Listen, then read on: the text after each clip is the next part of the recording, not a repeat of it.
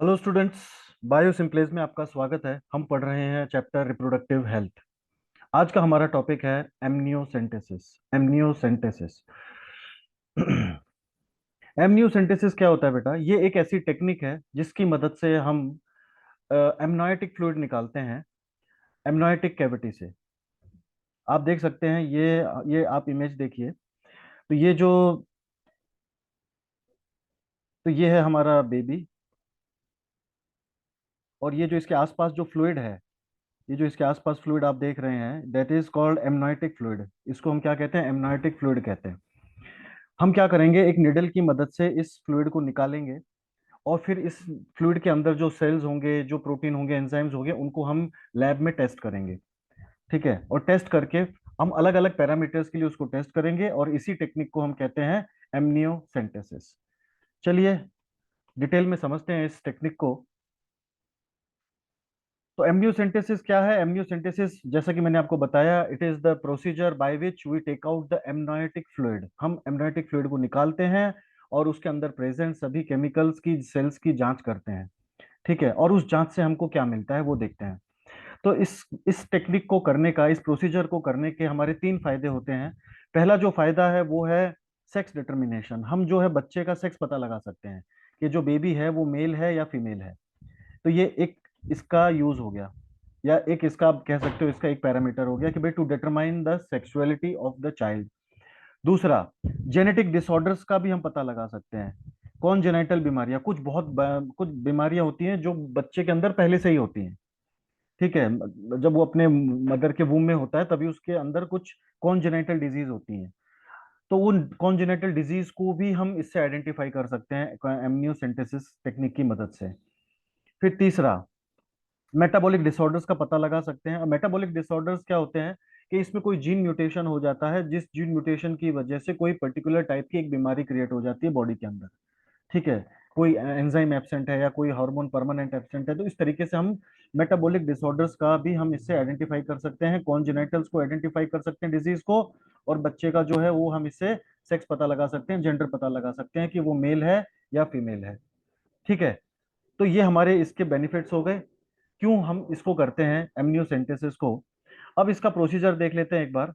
तो इसका प्रोसीजर बिल्कुल सिंपल है कि जो एमनियोसेंटेसिस टेक्निक होती है वो की जाती है 15 या 14वें वीक में। 14th और 15th वीक, 14th और 15th week after conception. Conceive होने के बाद जो 14, उसके बाद जो 14वां या 15वां जो वीक होता है, 14th और 15th वीक है, उसमें उस पीरियड के अंदर हम क्या करते हैं, इस टेक्निक को परफॉर्म करते हैं। तो हम क्या करेंगे, पहले हम सोनोग्राफी की मदद से, सोनोग्राफी या अल्ट्रासाउंड की मदद से हम पहले चाइल्ड को लोकेट करेंगे कि भाई बच्चे की पोजीशन क्या है और वो किस तरफ है। ठीक है, ताकि हम जब ये निडल अंदर पिंच करेंगे तो वो जो निडल है वो बच्चे को चुभनी नहीं चाहिए, बच्चे को उससे इंजरी या डैमेज नहीं होना चाहिए। तो पहले हम बच्चे को लोकेट करेंगे, लोकेट करने के बाद हम निडल जो है वो पियर्स करेंगे, और उस निडल को इस तरीके से घुसाएंगे कि वो बच्चे को चुभे ना। और फिर ये जो इसके आसपास का, जो बच्चे के आसपास का जो फ्लूइड है, इस फ्लूइड को हम इस निडल में भर लेंगे। इस फ्लूइड को हम कहते हैं एमनायोटिक फ्लूइड। क्या कहते हैं इसको? एमनायोटिक फ्लूइड कहते हैं। और ये जो कैविटी है इसको एमनायोटिक कैविटी बोल सकते हो आप, जिसमें ये फ्लूइड प्रेजेंट होता है। तो इस निडल की मदद से हम इस फ्लूइड को सक कर लेंगे। ठीक है, फिर इस निडल के अंदर जो ये फ्लूइड भर गया है उसके अंदर बहुत सारे सेल्स होंगे, जिसे एमनायोटिक सेल कह सकते हो, एम्ब्रियोनिक सेल कह सकते हो। इसमें एंजाइम्स होंगे, अलग अलग टाइप के इसमें सब्सटेंस मौजूद होंगे। फिर हम इन चीजों का लैब में बहुत ही बेहतरीन तरीके से टेक्नोलॉजी के साथ इसका हम टेस्ट करेंगे। ठीक है, तो हम क्या करेंगे, इसका टेस्ट करेंगे। और टेस्ट करने के बाद फिर जो रिजल्ट आएगा उससे हम बहुत सारी चीजों को हम आइडेंटिफाई कर सकते हैं, पता लगा सकते हैं, जिस जिस चीज में हमको इंटरेस्ट है उस चीज को। तो क्या है, पहले हम क्या करेंगे, सोनोग्राफी की मदद से चाइल्ड को लोकेट करेंगे, उसके बाद उसमें से हम एमनायोटिक फ्लूइड निकाल लेंगे। और ये कब किया जाता है? 14 से 15 वीक में किया जाता है, आफ्टर कॉन्सेप्शन।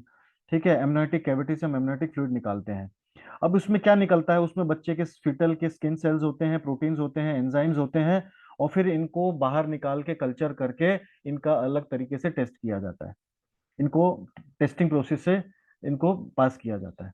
ठीक है, और जब टेस्ट करते हैं तो इससे हमको क्या क्या सिग्निफिकेंस मिलता है, मतलब इसको टेस्ट करके हमको क्या क्या फायदे होते हैं, तो जैसा कि मैंने आपको ऊपर बताया था, इसको टेस्ट करने से हमको तीन चीजों के फायदे होते हैं।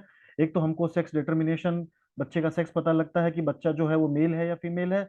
दूसरा, हम कॉन्जेनिटल डिजीज का पता लगा सकते हैं, जिसमें हमारे पास डाउन सिंड्रोम है, टर्नर सिंड्रोम है और क्लीन फिल्टर सिंड्रोम है। तो clean filter syndrome, down syndrome और टर्नर सिंड्रोम जैसी जो बीमारियां हैं, उसका हम इस टेक्निक से पता लगा सकते हैं। ठीक है, तो इस कॉन्जेनिटल डिजीज हम इससे आइडेंटिफाई कर सकते हैं। और जो तीसरी हमारी जो कैटेगरी है, जो सिग्निफिकेंस है, वो है मेटाबॉलिक डिसऑर्डर्स। क्या है? Metabolic disorders. तो मेटाबॉलिक डिसऑर्डर्स में हम फिनल कीटोन यूरिया एक डिजीज है, एल्केप्टोन यूरिया एक डिजीज है, सिस्टिक फाइब्रोसिस है। ऐसे जितने भी मेटाबॉलिक जेनेटिक डिसऑर्डर हैं, वो हम इससे पता लगा सकते हैं। और अगर इनमें से कोई ऐसी बीमारी हुई जो इनक्यूरेबल है, जो क्या है? इनक्यूरेबल है, और जो बहुत ही ज्यादा मतलब बच्चे के लिए लाइफ जीने में तकलीफ देने वाली है, ऐसी अगर कोई सिचुएशन हुई, तो फिर डॉक्टर सजेस्ट करते हैं कि भाई इस बेबी को क्या कर देना चाहिए? अबॉर्ट कर देना चाहिए। तो the lady should go for abortion, तो अबॉर्शन किया जाता है। ठीक है। तो इस ये टेक्निक का इस्तेमाल इसलिए किया जाता है ताकि हम बच्चे की बीमारियों को पहले ही पता लगा सके, ताकि बच्चा जो है पैदा होने के बाद वो पूरी जिंदगी उसको भुगतने से अच्छा है कि उसको उसी टाइम पर उसको अबॉर्ट कर दिया जाए। तो एक तरीके से ये एक एडवांटेज कह लो, या ये एक तरीके से कि ये वरदान कह लो कि भाई उस बच्चे को पूरी जिंदगी भुगतने से अच्छा है कि उसको जन्म से पहले उसको अबॉर्ट कर दिया जाए। क्योंकि कुछ बीमारियां ऐसी हैं जिसमें जीना जो है वो मरने से भी बदतर होता है। ठीक है। और वैसे भी कुछ बीमारियां ऐसी होती है जिसमें बच्चा 4 5 6 साल में वैसे भी मरने वाला है। ठीक है। तो जब वो पैदा होकर 4 5 साल में मरेगा, उससे अच्छा उसको पहले ही अबॉर्ट कर दिया जाए, पता लगा करके। तो उस पता लगाने की टेक्निक का तरीका क्या है? That is amniocentesis. ठीक है। चलिए, तो ये हो गया हमारा एमनियोसेंटेसिस, उसके सिग्निफिकेंस और उसका प्रोसीजर कैसे किया जाता है। तो कैसे किया जाता है? सिंपल तरीका है। पहले हम क्या करेंगे?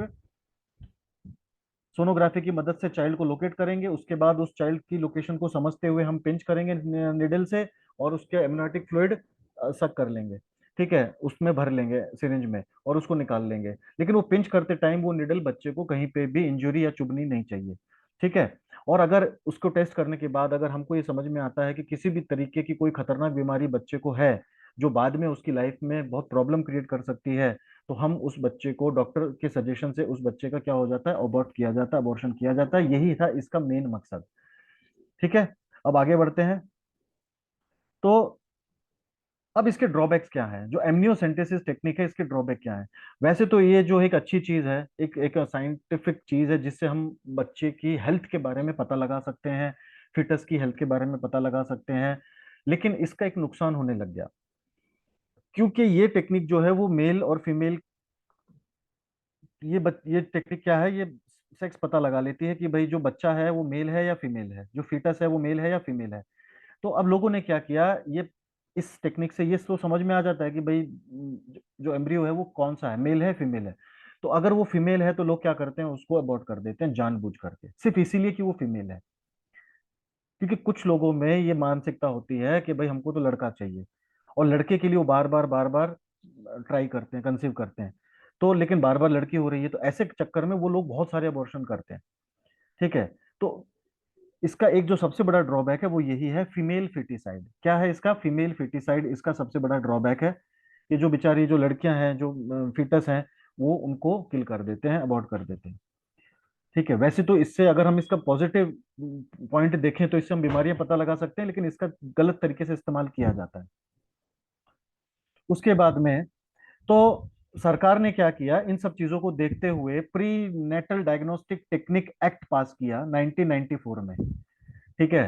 तो ये एक्ट का नाम क्या था? Prenatal diagnostic technique act 1994, जिसमें इसके मिसयूज के ऊपर कुछ लगाम लगाई गई। तो सरकार ने ये एक्ट पास किया और बोला कि अगर किसी भी डॉक्टर ने, रेडियोलॉजिस्ट ने या सोनोलॉजिस्ट ने इस टेक्निक का गलत तरीके से इस्तेमाल किया, अब इसमें सोनोग्राफी भी आ जाती है, सोनोग्राफी। ठीक है, क्योंकि इसमें सोनोग्राफी का इस्तेमाल होता है, तो बिना सोनोग्राफी के ये होगा नहीं। तो अगर सोनोग्राफी से अगर हम ये वैसे तो सोनोग्राफी से डायरेक्ट भी पता लग जाता है, उसके लिए एमिनोसेंटेसिस की भी जरूरत नहीं है, डायरेक्ट भी सोनोग्राफी से पता लग जाता है कि जो चाइल्ड है वो मेल है या फीमेल है। ठीक है। लेकिन फिर भी दोनों के ऊपर लगाम लगाई गई कि भाई कोई भी सोनोग्राफी का या एमनियोसेंटेसिस टेक्निक का इस्तेमाल चाइल्ड सेक्स डिटेक्शन के लिए नहीं करेगा। और अगर ऐसा करता हुआ पाया गया तो उस पे 50,000 रुपये जुर्माना और 2 साल की सजा उस पे लगाई जाएगी, या दोनों भी हो सकता है। ठीक है। और डॉक्टर का जो रजिस्ट्रेशन है, लाइसेंस है, वो भी कैंसिल हो सकता है अगर वो रिपीटेडली इन चीजों में पाया गया तो। ठीक है। तो एक तरीके से सरकार का ये राइट अप्रोच था कि भाई जो, क्योंकि बाहर बहुत ज्यादा फीमेल फिटिसाइड अगर होगा तो समाज में जो है जेंडर डिसबैलेंस क्रिएट हो जाएगा। और उस चीज को ना होने देने के लिए गवर्नमेंट ने ये कानून पास किया। इस कानून में क्या था कि अगर कोई भी टेक्निक का इस्तेमाल करता हुआ पकड़ा गया, एमनियोसेंटेसिस हुआ या सोनोग्राफी हुआ, इसके मदद से अगर किसी ने भी चाइल्ड सेक्स डिटर्मिनेशन किया, ठीक है, तो उसके ऊपर 50,000 रुपये जुर्माना और 2 साल की सजा होगी, और उसका लाइसेंस और रजिस्ट्रेशन कैंसिल हो सकता है।